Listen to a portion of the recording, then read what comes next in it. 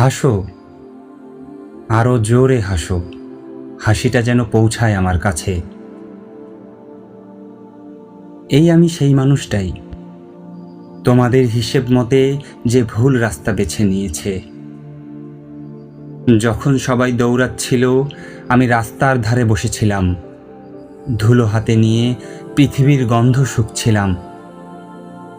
আমার ব্যাংক হিসেব ভরেনি, খবরের কাগজে আমার নাম ওঠেনি, কোনো মঞ্চে আমাকে ডাকা হয়নি। তোমরা হাসো, তোমাদের হাসির যথেষ্ট কারণ আছে, তোমাদের হাসির অধিকারও আছে, যেমন অধিকার আছে ভিখিরিরও রাজপথে বসে থাকার। জানি আমি ব্যর্থ, এবং এই কথাটাও নতুন নয়। আসলে কিছু হওয়া বলতে কি বোঝায়? একটা অদ্যাক্ষরযুক্ত নাম, একটা অজানা পদ, একটা কক্ষের দরজায় চকচকে ফলক।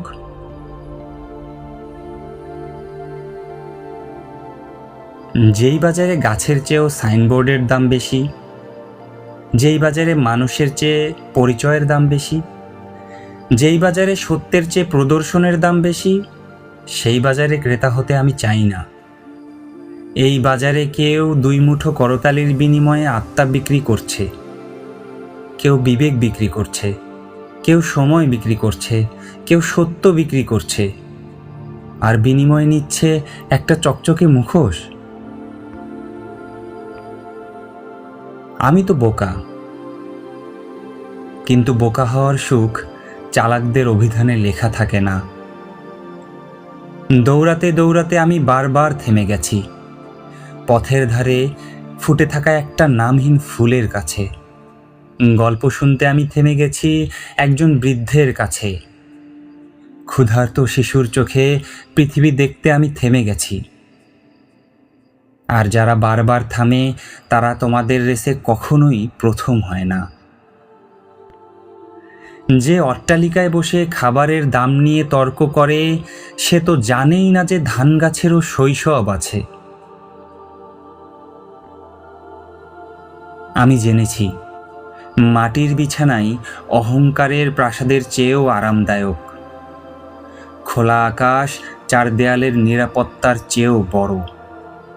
দিনমজুরের হাসি ধনীর উৎসবের চেয়ে সত্য। এক ফোঁটা জ্ঞানী এক সিন্দুক স্বর্ণের চেয়েও মূল্যবান।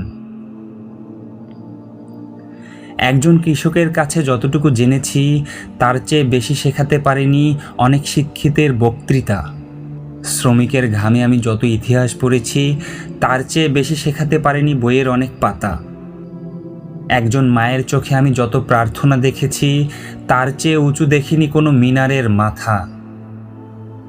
একজন মায়ের অপেক্ষা দীর্ঘ ইতিহাসের চেয়ে, আর একটি শিশুর স্বপ্ন স্থায়ী সাম্রাজ্যের চেয়ে। আমি আশ্বস্ত হই বড় মানুষদের ভিড়ে ছোট মানুষ দেখলেই, কারণ পৃথিবীর ভার বহন করেছে চিরকাল ছোটরাই। হয়তো আকাশ এত বিস্তৃত কেন সে ছোট মনে করে না কাউকেই। হয়তো মাটি এত নীরব বলে সে বুকে টেনে নিতে পারে সবাইকেই। আমি উত্তর খুঁজে বেড়াই, কেন একজন মানুষ আরেকজন মানুষকে ছোট করে?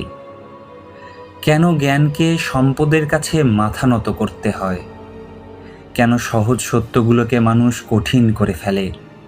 কেন বিশাল আকাশের নিচে ছোট ছোট দেয়াল তোলে?